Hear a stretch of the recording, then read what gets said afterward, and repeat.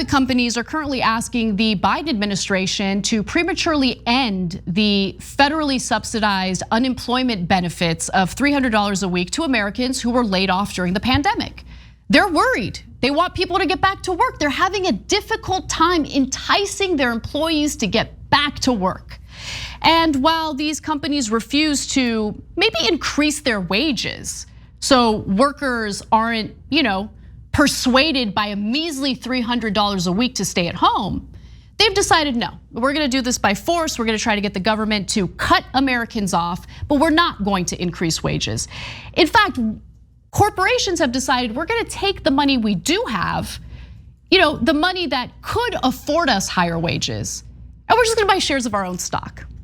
What we usually do.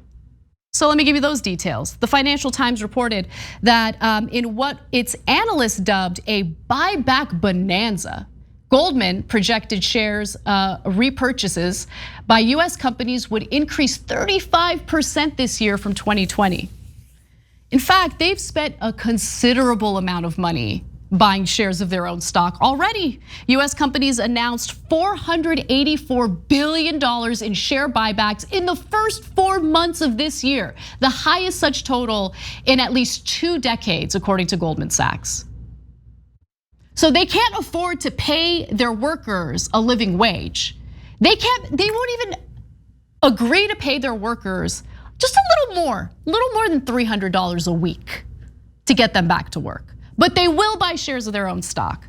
So let's take a look at this fun graph that the Financial Times put together, which shows you just how much corporate stock buybacks have increased in recent years. So you'll see, starting in 2000, you have some corporate stock buybacks. Number goes down significantly in 2009 for obvious reasons. We have an economic collapse. Funny, in 2020, when these companies were being bailed out by the Federal Reserve, they were doing corporate stock buybacks. Fascinating, really interesting stuff there. And then you look at 2021 and the graph just skyrockets to already nearly $500 billion. And it's frustrating because places like CNBC will just go ahead and share the corporate perspective on this. They won't talk about how wages have remained stagnant, how that is a problem in discouraging people to go back to work. They won't talk about that. They might address it, but immediately use the same talking points we hear from the US Chamber of Commerce, probably one of the worst groups in this country, especially when it comes to the well-being of American workers. Let's take a quick look at how CNBC covered this story. I spoke with Neil Bradley. He's the executive vice president of the Chamber of Commerce just a couple of minutes ago. And he said that this unemployment benefit, it might have been the right time last year to do that, but now the time has passed. They're calling for an end to this supplemental $300 a week in payments to workers, saying there's simply a worker shortage in this country. But I asked him though, isn't there a wage shortage? If you're struggling to get people to come out to work, isn't that more about wages than it is about workers? Here's what he said. Wages were a bright spot in this jobs report, right? So, wages were up about 0.7% here. So employers are responding. But remember, now employers are having to compete not just with each other for workers, they're competing with the government, who is paying people more not to work than they made working.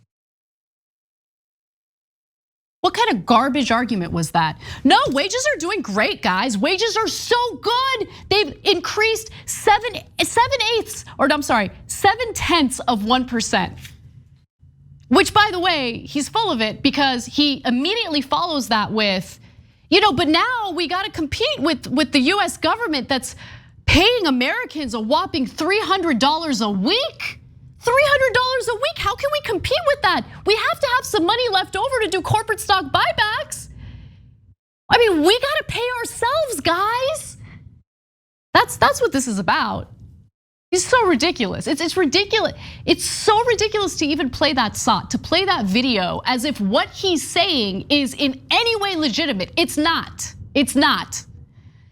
Jamie Dimon, chief executive of JP Morgan Chase, whose board gave the green light to a $30 billion buyback program in December, said last month his bank was buying back stock because our cup runneth over. it's fascinating. Is that what you told the Federal Reserve, Jerome Powell, when you were taking printed money from the Federal Reserve, when you needed to be bailed out by the Federal Reserve, when you needed insanely low interest rates from the Federal Reserve? Is that what Jamie Dimon had to say? Our cup runneth over? Let me give you more. Keep in mind, I want you guys to understand how all of this works, because while Americans were debating over scraps for ordinary people who had been laid off from their jobs, while members of Congress were like, I don't know, should it be $400 or should it be $300 a week? We don't know, we can't decide. While that was going on, the Federal Reserve, under the leadership of Jerome Powell, lowered interest rates to near zero and also printed money for these companies and these banks because they needed liquidity, guys. They needed liquidity. We didn't need liquidity. No one in this office needed liquidity. None of those tens of millions of laid off workers needed liquidity. It was JP Morgan, guys. They needed liquidity, not us. And what that refers to is quantitative easing. Nomi Prinz, who I greatly admire, wrote a fantastic book about this called Collusion. It's about how central banks manipulate the market. And this is how it works. Quantitative easing, also known as large-scale asset purchases, typically involves a central bank, like the US Federal Reserve, itself purchasing government bonds or long-term securities in order to add liquidity back into the market. The Fed announced that it would commence the quantitative easing program with an immediate $80 billion buy, but would purchase at least $700 billion in assets over the coming months with no limit. And that's exactly what they did. In fact, the Federal Reserve's balance sheet ballooned following their March 15th, 2020 announcement to carry out quantitative easing to increase the liquidity of US banks. It reached 7.81 trillion US dollars as of May 5th, 2021. This measure was taken to increase the money supply and stimulate economic growth in the wake of the damage caused by the COVID-19 pandemic. How you guys feeling? You feeling that economic growth? Because what these banks ended up doing was making it incredibly difficult to borrow. You think that they actually loaned money out to chumps like us? I mean, that's the whole argument behind creating liquidity, right? So you want to make sure the economy is moving along. But these banks clearly had no interest in loaning the money to people who needed it to stay afloat.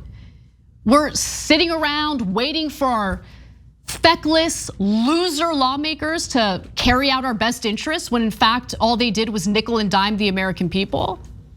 And there was no discussion, no debate about the Federal Reserve implementing quantitative easing. There was no debate about them printing money. There was no debate about them lowering interest rates in order to make it easier for these businesses, these massive corporations who do not pay a living wage in many cases to their workers, to essentially enrich themselves further. And so now they got a little bit of cash and they've already announced that they plan on doing record corporate stock buybacks, the same thing they did with their windfall from Trump's tax cuts for the rich and corporations. But guess what? As I've said before, I'll say it again. This is not the bug, it is the feature. Thanks for watching the Young Turks, really appreciate it. Another way to show support is through YouTube memberships. You'll get to interact with us more. There's live chat emojis, badges. You've got emojis of me, Anna, John, JR. So those are super fun. But you also get playback of our exclusive member-only shows and specials right after they air. So all of that, all you gotta do is click that join button right underneath the video. Thank you.